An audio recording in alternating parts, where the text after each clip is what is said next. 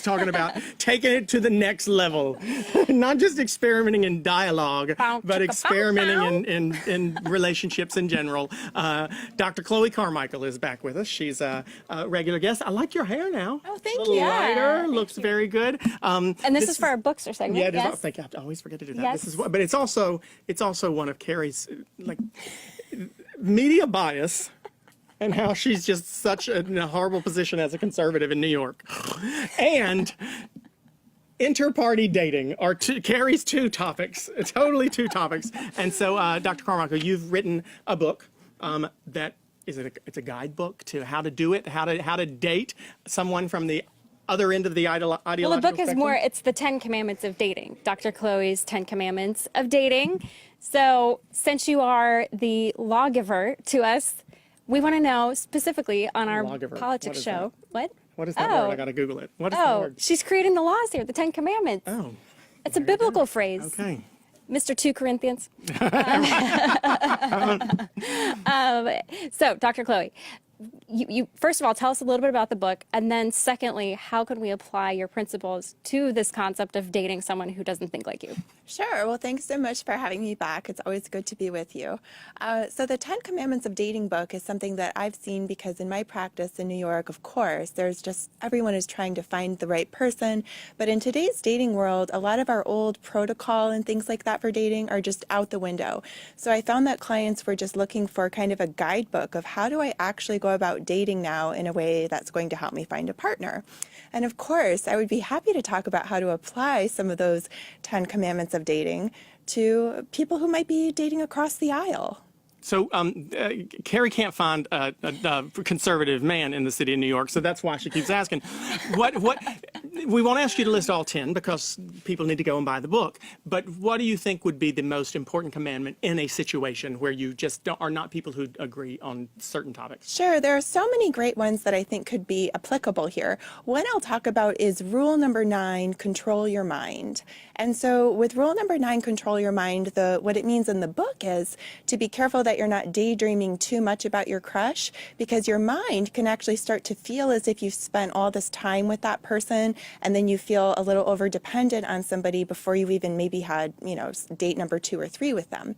But the way that that applies to politics is if we find out that somebody voted differently than we did, our mind jumps to all kinds of stereotypes about that person that may or may not even be true. And we're spinning this whole story in our mind that may or may not even be true.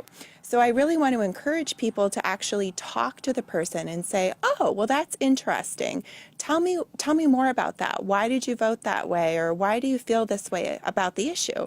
A lot of people just immediately, though, put a block up. If you feel this way, it's what our last guests were talking about, is that people will turn it off immediately. Yeah, if you look on Bumble, there are guys who say, no Trump voters.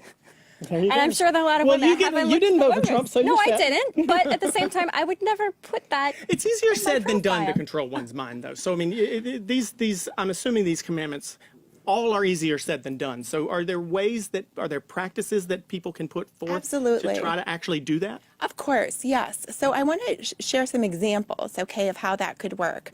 So for example, it's important to have the same values as the person that you're dating. We can all agree on that. But what people don't realize is that you can have different values, or you can have the same values, but have different ways of implementing them. So for example, we could both be against racism, but you could feel like the best way to bring that to fruition is to get rid of affirmative action.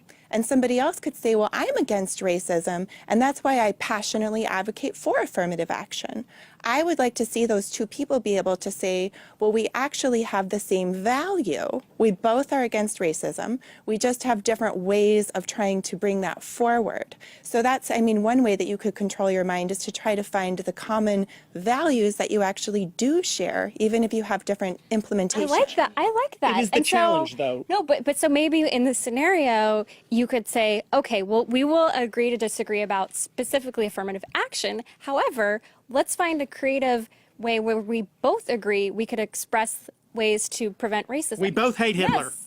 There you go. Just start at a basic level. Yeah. We both hate Hitler. Now let's work from there. But it sounds like these folks need to go to one of these dinners, though, because that's sort of the problem in politics, society in general, is getting one side to agree or concede that the other side, while I completely vehemently disagree with how you want to do it, does love the country and is doing the things that, because I think a lot of people are just conflicted about what someone's motivation is. And I think a lot of people on the left believe that the Republicans are motivated by another thing than we are. So when do you know that it's just not going to work? When is it beyond the pale? Yeah, that's a great point. So I would say that if you can't bring it down to some kind of common value, and again, we have to remember that there's a lot of wiggle room there. So you could be really pro-welfare because you feel like it helps the poor. Somebody else could be really anti-welfare because they feel like it ultimately disempowers the poor. But those two people actually have the same value of wanting to support poor people to gain jobs and autonomy. So again, I would say that it's beyond the pale if after your best efforts of both of you really trying to see what is the common value that we share, if you actually really don't share the common value, then it's probably not the best partner. But I think we often have more in common than we think. Okay, well then I don't know. We're gonna have to go in a second, but like the big question for me though is, if these are exercises I would say would work really well and be important about the politics stuff if you were in a longer term relationship and you'd been with someone for a while. Is there an argument at all that if you have to work this hard at the very beginning to try to find some sort of common ground on date 1 or 2, that is there a point where it becomes too much work to really even, let's not deal with this? I mean, is that a part of an issue? Well, for some people, yes. But if we can try to, again, remember that I think the way it becomes not fun is if you think, oh my gosh, I'm actually sitting here potentially dating Hitler. But if you can remember... We'll all agree not to do that at the very least. But if you're able to left. find out that we actually have some common values and we're just looking at maybe a slightly different way of getting there, then sparring can actually be pretty sexy. Many clients find it kind of exciting to have a little bit of an argument. And I think I'm gay, Carrie, because it gets heated out here. Well, Dr. Chloe Carmichael, thank you so much. You can make sure you find her book, Dr. Chloe's 10 Commandments of Dating. which is available at Ask Dr. CC, askdrcc.com. Oh, excellent. We'll put that in the comments also. We always love having you here. Thank you very much. We'll see you again next time Carrie needs some help dating a I actually Democrat. have an idea. Oh, Lord. Oh, gosh. Are we going out in the field? All right. Okay. We'll talk. Bring it back. Bring it back. We'll back for that. We're going to go out in the field.